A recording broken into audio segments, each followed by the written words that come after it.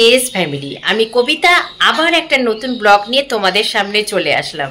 আজকে ছুটির দিন, সবাই বাড়িতে আছে, তাই রান্নাবাড়িটাও আজকে একটু স্পেশাল করার চেষ্টা করব।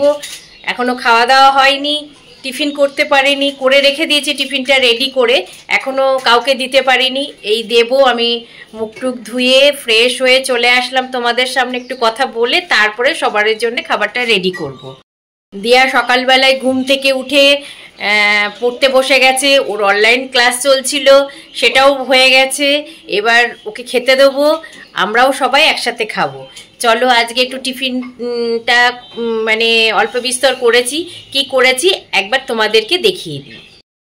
স্যারের ওপর দায়িত্ব থাকে চাটা করার, তাই সকাল সকাল ঘুম থেকে উঠেই স্যার একদম রান্নাঘরে চলে গেছে গরম গরম চা করতে, বইয়ের এনার্জি নিয়ে আসতে। সেই জন্য সকালবেলায় জানোই তোমরা চা খেতে খুব ভালোবাসি, সকালবেলা এক কাপ চা হতেই হবে।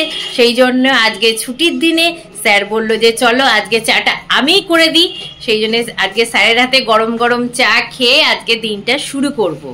ব্রেডগুলোকে একদম ফ্রাই করে একদম মচমচ করে ফ্রাই করেছি, এর মধ্যে একটু বাটার লাগিয়ে দেবো, দিয়ে দিয়াকে দিয়ে আসবো।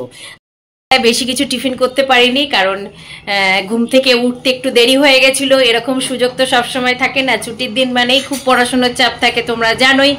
আজকে কোনো পড়াশোনার চাপ নেই, সামনে যেহেতু এক্সাম, সেই জন্য কোনো বাইরের কোনো আজকে যাওয়ার চাপ নেই বলে তাই একটু দেরি করে ঘুম থেকে উঠেছি।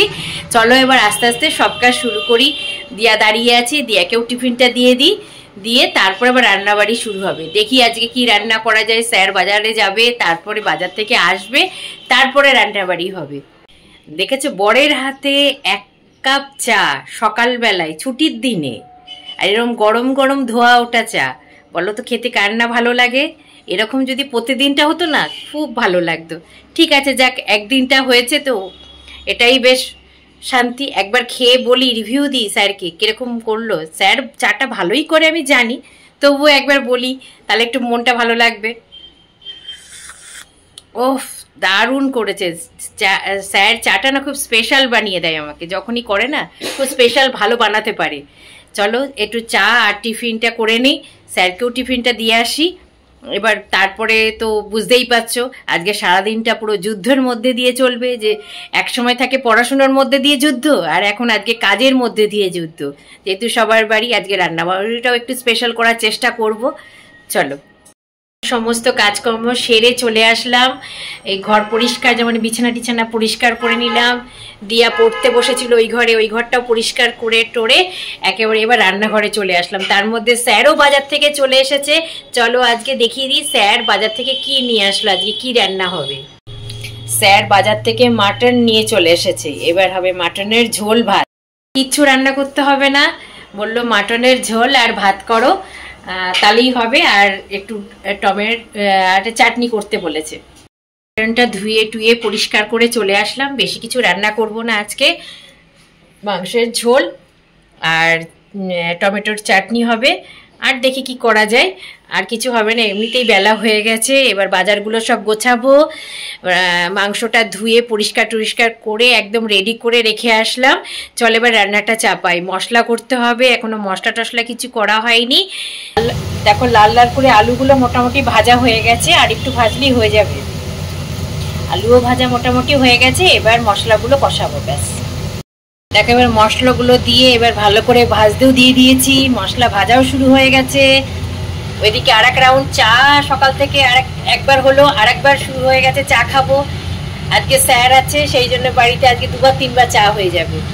চাও বসিয়ে দিয়েছি, আর এদিকে আমি মাটন রান্না হচ্ছে।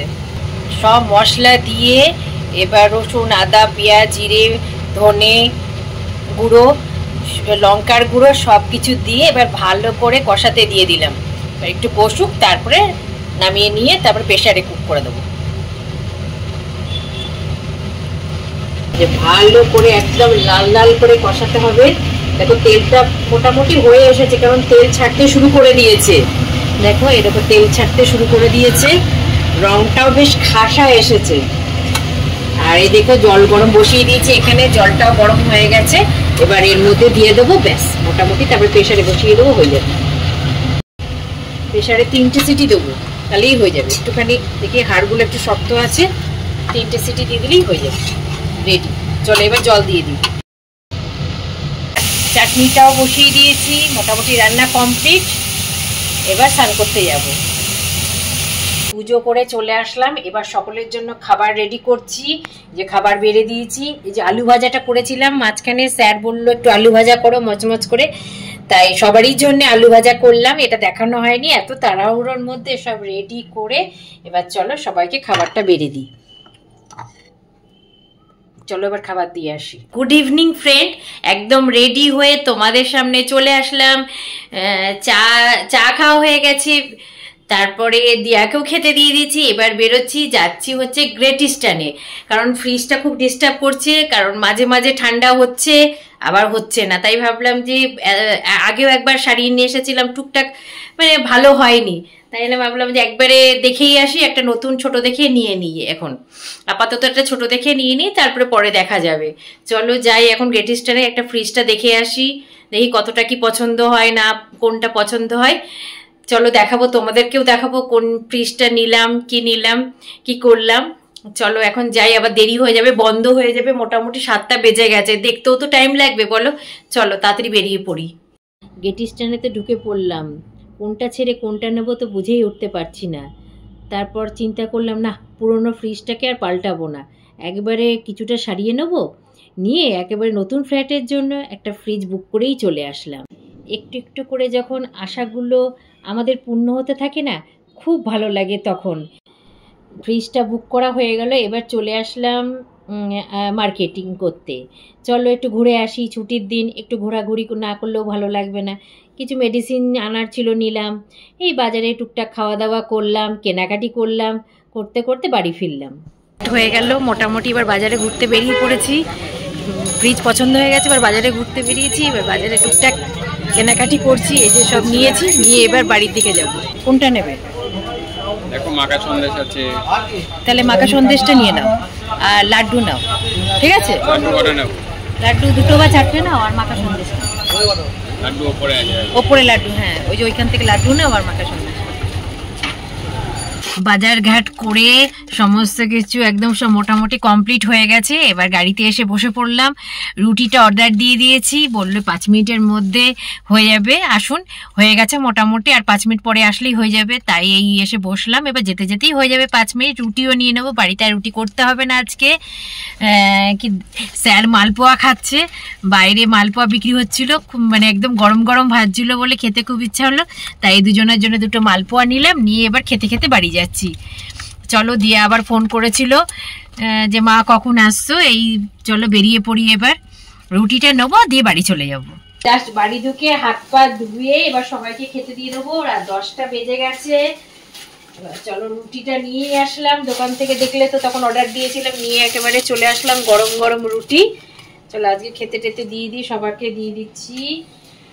মাংসটাও গরম করে নিলাম, আসার সাথে সাথেই আগে মাংসটা বসিয়ে দিয়ে গরম করে নিয়েছি। চলো আজকের মতন ব্লগটা এখানেই শেষ করে দিচ্ছি। যদি কিছু ভালো লেগে থাকে লাইক কমেন্ট শেয়ার করতে ভুলো না। Please subscribe my channel.